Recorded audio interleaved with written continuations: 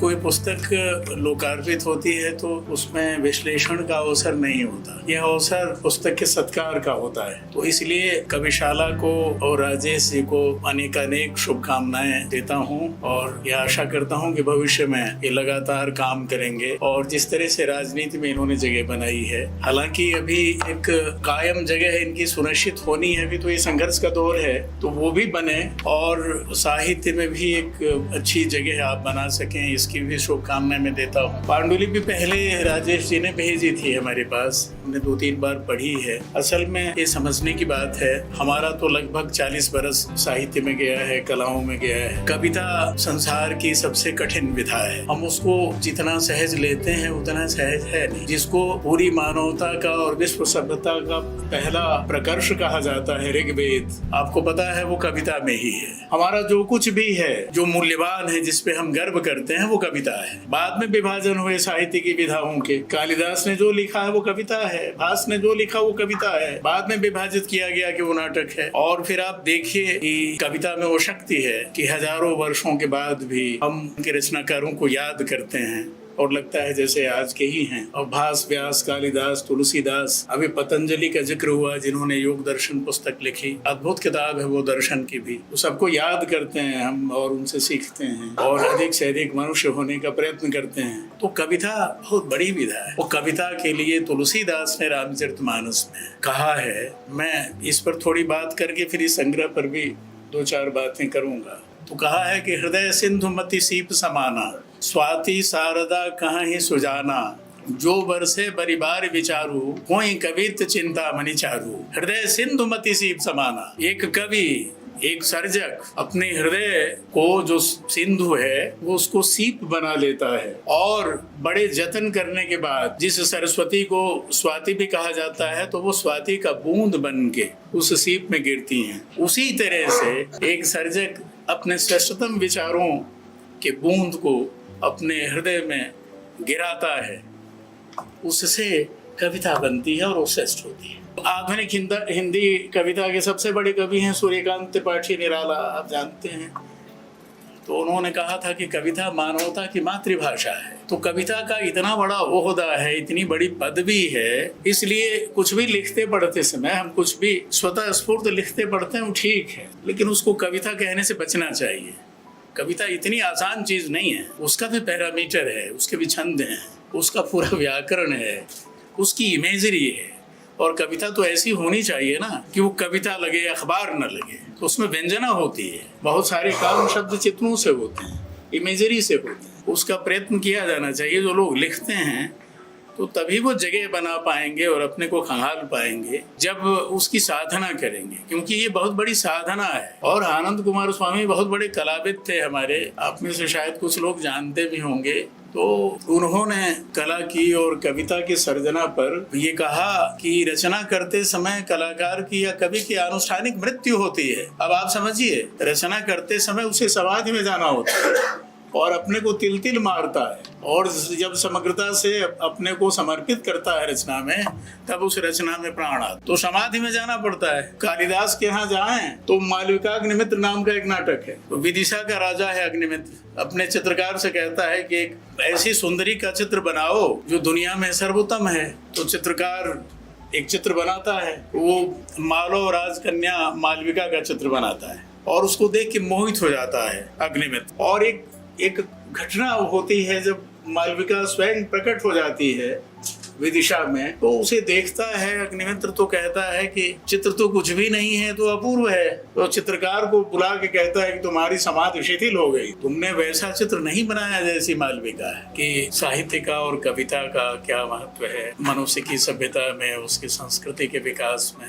या हमको मनुष्य बनाए रखने में। अधिक से अधिक अपना साहित्य पढ़ना, दूसरा साहित्य भी पढ़ना। ऐसा नहीं मैं कह रहा हूँ कि दूसरी भाषा का साहित्य में नहीं पढ़ना चाहिए, वो पढ़ना, गुनना। और पहले हमें अच्छा पाठक बनना चाहिए। एक आलोचक या एक व्याख्याकार सबसे पहले एक अच्छा पाठक ही होता है, एक रचनाकार भी सबसे पहले एक अच्छा पाठक होता है। क्योंकि कविता का या साहित्य का संबंध आपकी संवेदना से, आप जो महसूस करते हैं, आपके भीतर जो अनुभूति है, जो आपको समाधि में ले जाती है। और कहा यह जाता है कि प्रतिभा के दो इष्ट होते हैं। अच्छा, वो दो इष्ट है, एक कारित्री है, दूसरी भावित्री है। तो भावित्री तो संसार के हर मनुष्य के पास होती है, भावित्री प्रतिभा संसार के हर मनुष्य के पास होती है। एक सामान्य व्यक्ति है, वो भी किसी घटना से विचलित होता है, वो भी रोता है, लेकिन कारित्री प्रतिभा बहुत कम लोगों में होती है जो उस घटना को कैनवस पर उतार सके या कागज पर लिपिबद्ध कर सके, उससे प्रेरित होकर, उससे उद्वेलित हो। उसका विकास हमें करना चाहिए। अब रही बात राजेश जी के संग्रह की, मैंने जैसा कि पहले ही निवेदन किया है, मैंने 2-3 बार पांडुलिपि को पढ़ा, फिर बीच में यात्राएं भी बहुत थी मेरी, इधर उधर आना जाना पड़ता है। कल भी बात हो रही थी इनसे। इनकी कविता अपने समकाल को प्रक्षेपित करती है, अपने समय को दर्ज करती है। हमारे समय में जितने व्याघात हैं, जितनी तरह की अनैतिकताएं व्याप्त हैं, जिस तरह की राजनीति है जो विशुद्ध रूप से कुटिल हो चुकी है, जिसमें सिर्फ सत्ता लिप्सा है, छल और छद्म से बने रहना चाहती है, उस पर प्रहार किया है। हमारे जीवन और समाज में मूल्य विपर्य ने एक मूल्य की जगह बना ली है, उस पर बात की है। और फिर अपने निजी दुख सुख को, अपने वेदना को भी आपने व्यक्त किया है। ये जरूर है। और जैसा कि शुरू में ही उन्होंने स्वयं कहा कि कविता रचना को लेके जो एक प्राथमिक तैयारी होनी चाहिए, जिस तरह से सतर्कता के साथ हमें आगे बढ़ना चाहिए, वो भागम भाग में, व्यस्तताओं में उतना समय इनको नहीं मिलता। अगर वो मिले तो ये बहुत बेहतर कविताएं कर सकते हैं। ये संग्रह इस बात का सबूत है, इस बात का सबूत है। ये संग्रह इस बात की गवाही देता है कि राजेश जी बहुत बेहतर कवि साबित हो सकते हैं। क्योंकि कविता देखिए, अंततः कविता अंतर वस्तु से बनती है। कविता में कथ्य महत्वपूर्ण है, कविता कहना क्या चाहता है उसका लाघव महत्वपूर्ण नहीं है। कंटेंट की दृष्टि से, जिसको अंतर वस्तु कहते हैं, कथ्य कहते हैं, वस्तु कहते हैं, जो विषय है, वो विषय की दृष्टि से राजेश जी का ये संग्रह भी बड़ा समृद्ध है। इसमें विषयों की विविधता है और फिर वो जो कहना चाहते हैं, जो एक गांभीर्य है, उस गांभीर्य में उस कहन को ले जाते हैं। लेकिन अब उसके लिए ये है, उसकी जो पूरी संरचना है, जो उसका अपना आयतन है, उस आयतन में कहीं कहीं कोई फांक रह जाती है, वो इनकी व्यस्तता की वजह से। लेकिन अंतर्वस्तु के स्तर पर ये संग्रह बहुत मूल्यवान है। और ये दिनकर जी ने अपने प्राकथन में भी इस बात का जिक्र किया है। तो इस नाते अपने बीच राजेश जी को एक संभावित महत्वपूर्ण कवि के रूप में भी स्वागत सत्कार कर सकते हैं आने वाले दिनों में। और ये ऐसा नहीं है, ये कविताएं इनको फिर चैन से नहीं रहने देंगे। जब इनमें भीतर विचलन पैदा होगा तो सारी व्यस्तताओं के बावजूद ये समय निकालेंगे कि नहीं, हमें ये करना है। जैसे बाकी काम करते हैं वैसे ये भी करेंगे। और मैं इसलिए भी ये सीख इनको दे रहा हूँ कि बाकी कामों का कुछ भी हासिल नहीं है, उस हासिल को सिर्फ आप नश्वर जगत से जोड़ सकते हैं। चले जाने के बाद कुछ हासिल नहीं है, लेकिन कविताएं आपको जीवित रखेंगी अनंत काल तक। इसलिए कविताओं पर आपको जरूर समय देना चाहिए। अभी जैसा कि मैंने जैसे अर्ज किया था ना कि अपनी भाषा में जीवित रहना सबसे बड़ा जीवन है, और अपनी किताबों में जिंदा रहना, ये कोशिश करते रहना चाहिए। और अपने थोड़ा अध्ययन को, थोड़ा अभ्यास को और बढ़ाना चाहिए कि हम उन स्तरों तक भी अपनी कविताओं की पहुंच बनाएं, उनकी जगह बनाएं जहां तक हम पहुंचे नहीं हैं। क्योंकि देखिए, कविता का या किसी भी साहित्यिक विधा का संबंध यातना से है, संघर्ष है, स्वप्न से है, आकांक्षा से है। जब तक आप उस पीड़ा से नहीं गुजरे हैं, तब तक वो संवेदना आपकी रचना में नहीं आ सकती। उसका दूसरा रूप समानुभूति का है, दूसरे की पीड़ा को उसी के अनुरूप महसूस करना। तो उसके लिए आपको समय देना पड़ेगा, उसमें जाना पड़ेगा, डूबना पड़ेगा। इसीलिए कहते हैं कि बड़ी कविता सफरिंग की कविता होती है। सफरिंग माने यातना, तकलीफ, पीड़ा मना प्रकृति की है कि जिन समाजों में जितनी अधिक पीड़ा होती है, वेदना होती है, सफरिंग होती है, वहाँ की कलाएं, वहाँ का साहित्य ही अति उत्तम होता है। अब आधुनिक कथा साहित्य में या कविता में ये जो पूरब है आपका भारत का, अब वो बिहार है, बंगाल है, या पूर्वोत्तर के इलाके जैसे आसाम है, फिर उड़ीसा आ गया, इनका जो साहित्य है, इनमें जितनी समृद्धि है, जितनी गहराई है, वो भारत की दूसरी भाषाओं के साहित्य में वो गहराई आपको शायद ही मिले। क्यों किसी दूसरी भाषा में रविंद्रनाथ नहीं हुआ? क्यों किसी और खित्ते में तुलसीदास पैदा नहीं हुआ? प्रेमचंद क्यों नहीं हुआ कहीं और? उसके कारण होते हैं। लेकिन मैं ये नहीं कहता कि भाई कविता अच्छी हो और साहित्य अच्छा हो और हम सफरिंग सोसाइटी ही बने रहें, ऐसी मेरी कामना नहीं है।